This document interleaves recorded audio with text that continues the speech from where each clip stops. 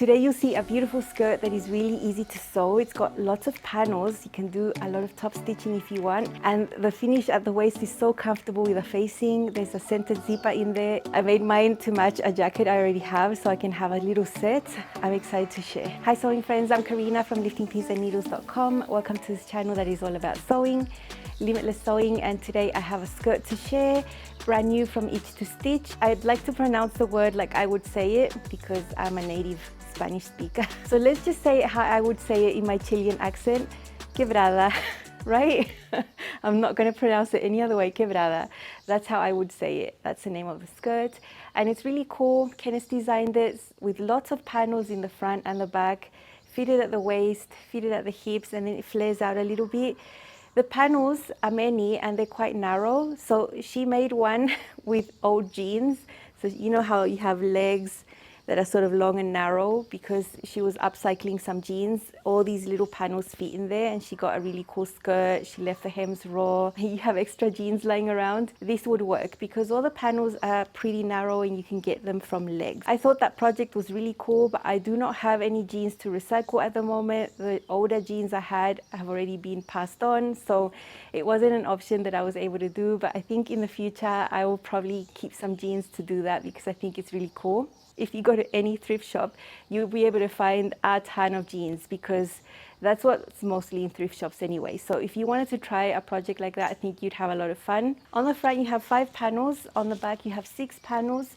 The reason why there's an extra seam at the back is because there is a center back seam where the centered zipper is. And the way this is finished at the waist is with a facing. And you know how much I love facings, right?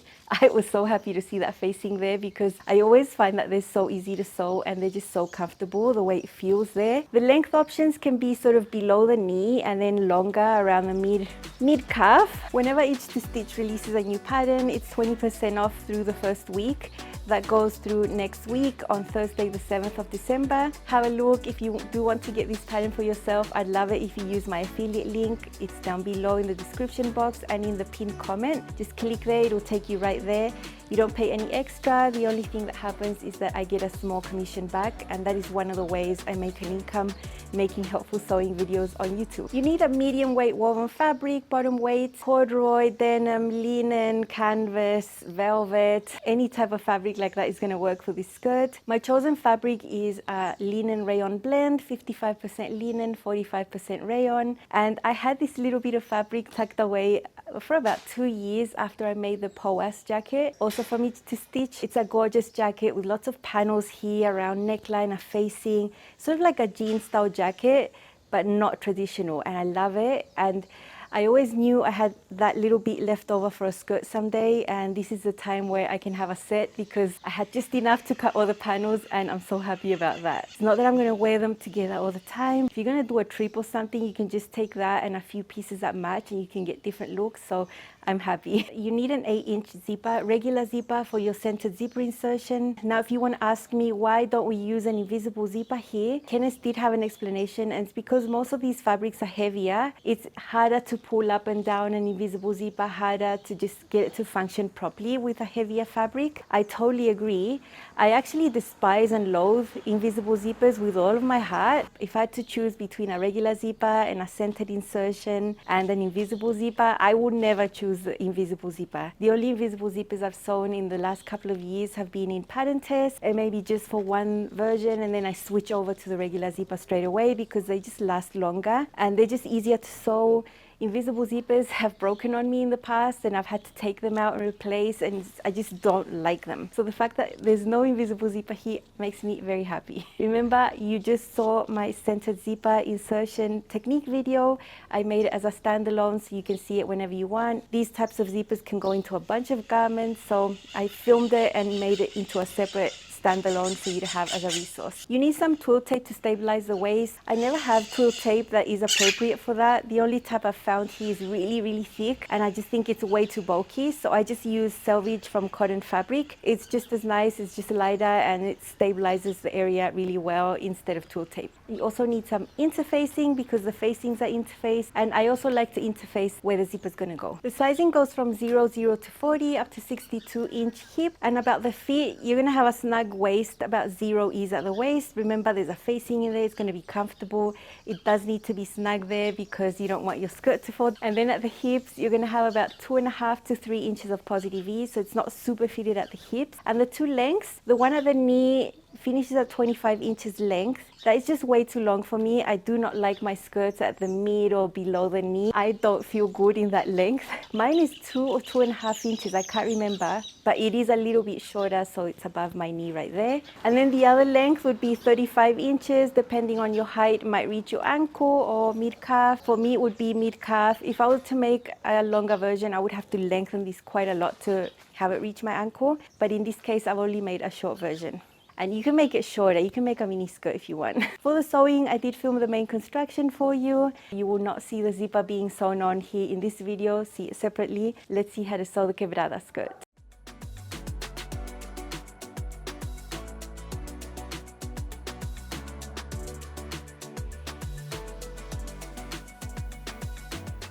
These are all the pattern pieces for the quebrada skirt. Now there are lots of pieces.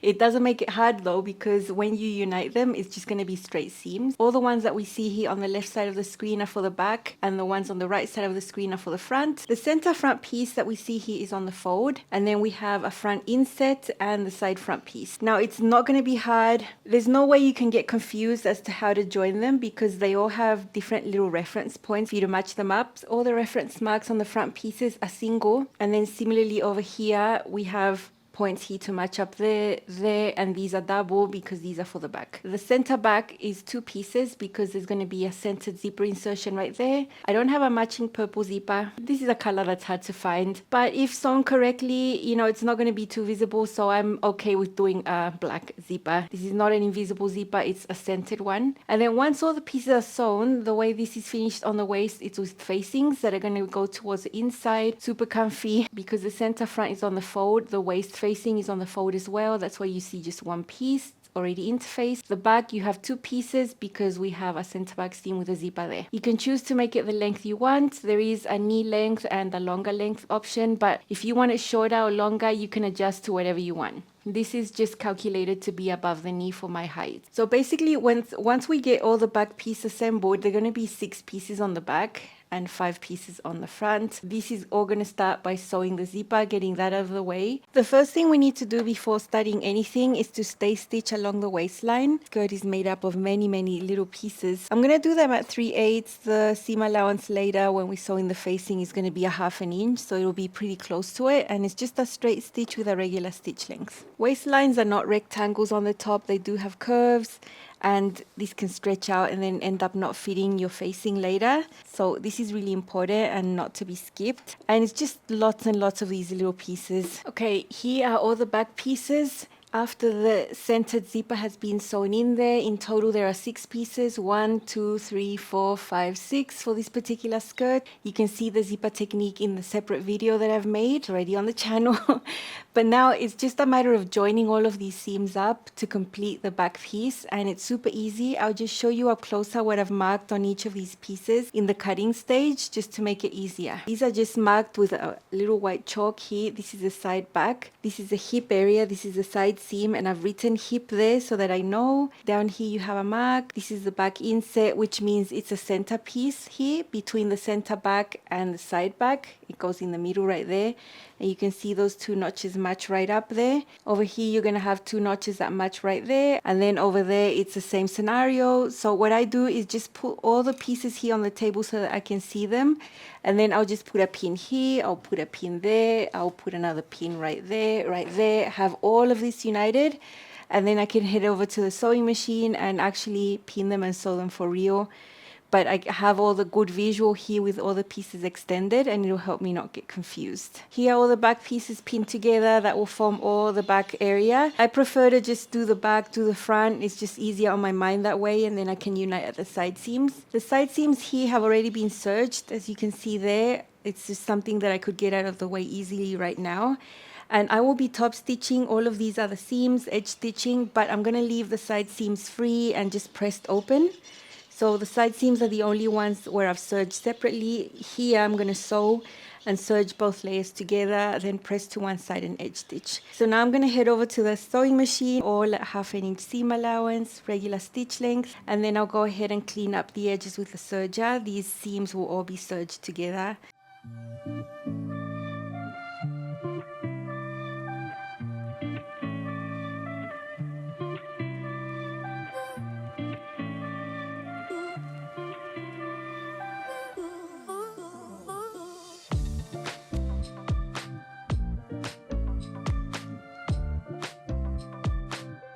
After finishing all of these seams, lots and lots of long seams,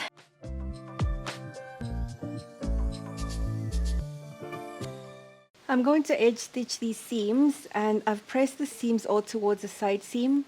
So that way here, and on this side it'll be this way, and I'm going to use my blind hand presser foot with the needle to the left to sew on the edge there. So lots of straight seams, nothing complex here.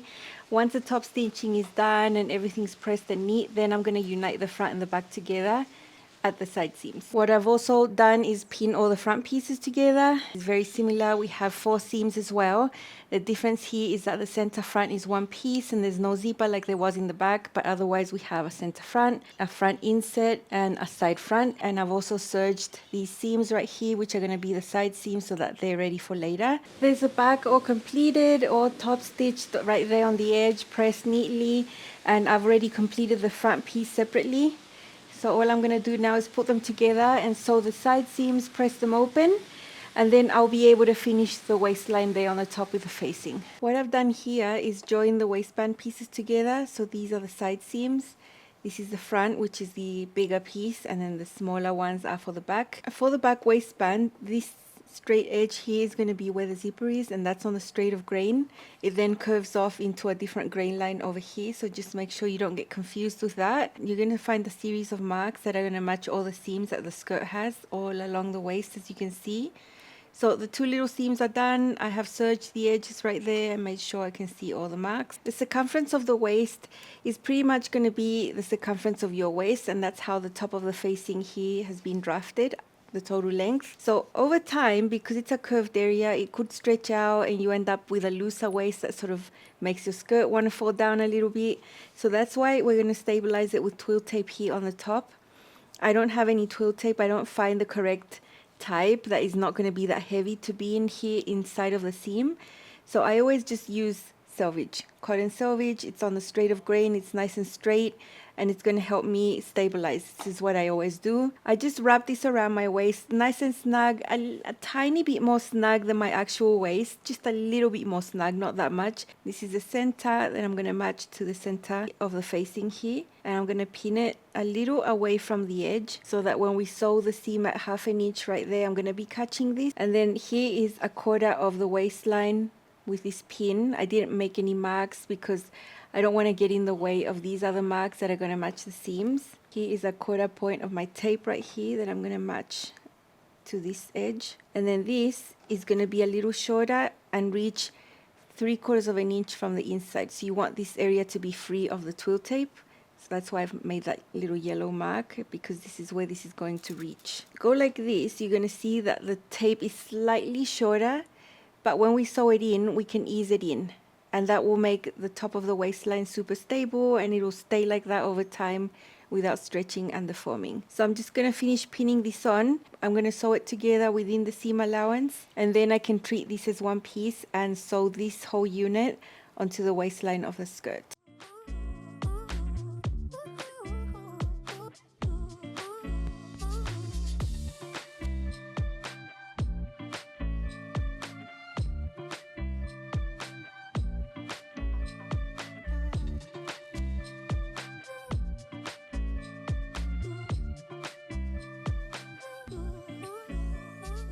Okay, this is super easy. Skirt was finished up to this point. The side seams are sewn, everything. All we had to do was match up the facing on top of the waistline. Over here we have this excess of 3/4 inch, and we just have to wrap it around like this, so that when we sew that, we can flip it and it'll finish the inside of the facing. So it's quite simple, and that's why we needed the twill tape to stop there and not go around there, because otherwise it would be extremely bulky. So we're just going to sew these 2 layers together, including that at 1/2 inch seam allowance. This seam is going to be further in from the one that we've just done, so it's not going to get in the way, but it is going to be catching this, and that will keep the waist stable.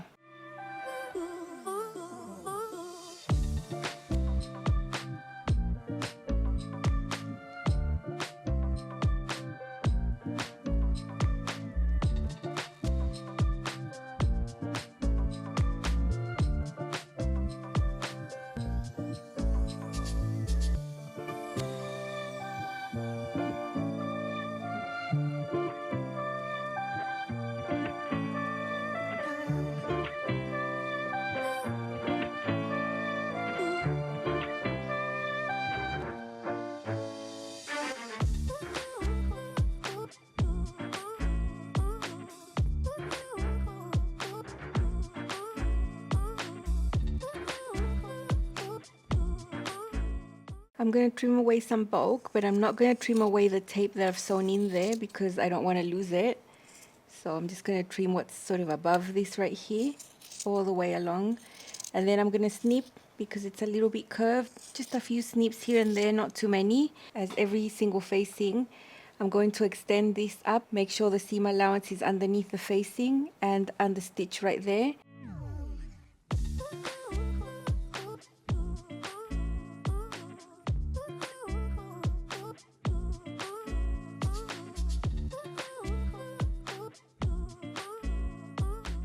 Okay, here is the facing flipped over to the inside, under stitching is done, it's all very neat. This folded edge is against that, but we're going to sew further away right on top of where we sewed before, and that will catch the facing in place and leave you space right there for the zipper to go up and down and finish right there on the edge. So I've put a pin and just guiding myself on that same stitch, I'm going to sew right on top there on both sides.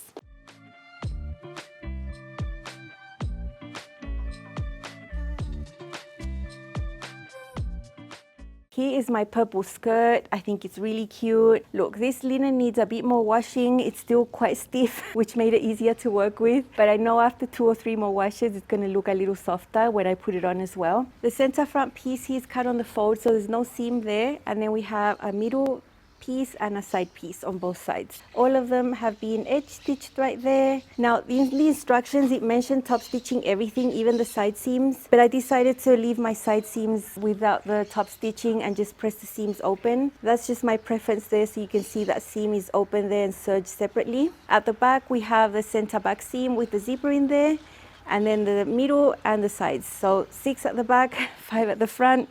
I also decided to do my hem by hand.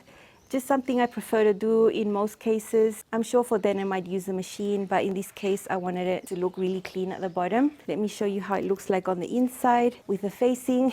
Let me tell you how easy this was to put together. So many straight seams and top stitching. It took no time at all. It took longer because I was filming, but if I wasn't filming, this is not a skirt that would take a long time. That's how the front looks there with the facing. The facing is interfaced. Now the facing is not top stitched. What I did was do a little stitch on each of the seams, the seam allowances, and because there's so many of them in so many places, you can really keep the facing down. So there, everywhere there was a seam, I did a little bit of a tack there by hand to keep the facing down. The back is the same, the facing's just being tacked everywhere, and you can see how that covers the zipper right there and is very neat. This center back seam is also pressed open, and here you can see my side seams pressed open. All the others are sewn and serged together and top stitched down. Remember, top stitching and how much or how little you want to do is your choice. I take the instructions as a guide, you know, it's the same pattern, but sometimes I don't do all the top stitching recommended. Sometimes I do more. Let's see how this one looks. I've styled it a few ways so you can see some options, and as well as with my Powers jacket, which I was so excited about. This is my Quebrada skirt from Itch to Stitch. I have a size 14 at the waist, blended to a size 16 at the hips. I've paired it with a purple and black camo top, a pattern also from Itch to Stitch. I could have used different type of footwear, but I know these combat boots are super comfortable comfortable. They have a little heel, so they're totally my style. Up closer you can see the volume of the skirt as it goes down towards the hem. There are lots of panels, 5 in the front, 6 in the back, and I really love it in this purple linen rayon blend. At the back you can see my centered zipper insertion there. The waistline is finished by a facing and it feels incredibly comfortable, snug but not super tight, doesn't dig in. Most of these seams are top stitched. I didn't top stitch the side seams. I didn't top stitch my hem. I finished it by hand just because it's something I like doing with linen, and I think it's a really good length for me. There is a longer length available. Mine is above the knee and it's about 2.5 inches shorter than the original length of the skirt. Otherwise it would have been below the knee for me. This is my preferred length. Love the skirt and I know I'm gonna wear it a lot. Love the color and the fit. Here is a look that I would wear right now. I love the rayon black and white top that I have here with some heeled sandals, very comfortable, easy to walk in. The purple is beautiful and I think it goes really well with the black and white. I love the style that it's nice and snug at the waist and the high hip, but then it has a little bit more volume, making it look a little bit more A-line. If this was a fabric with more drape, it would hang totally different. This is a little bit more structured with the linen. I love the way it hangs and flows and it's just a dream.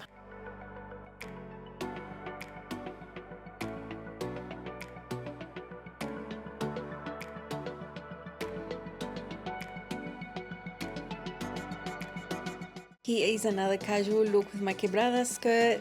Really fun shoes here with a houndstooth cami, black and white, underneath my rosy cardigan. This skirt will be a staple and I can wear it with so many types of styles on the top, toppers, jackets on its own, you know. So I love putting this look together. It's definitely one I would be very happy to wear out.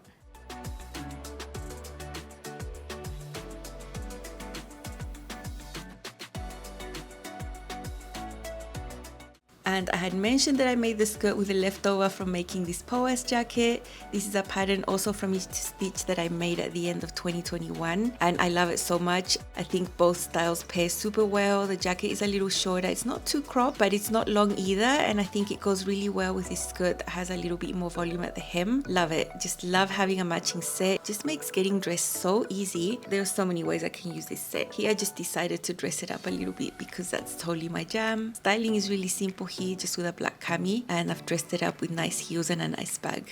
Matching scarf. I'm over the moon with this set. It's so beautiful.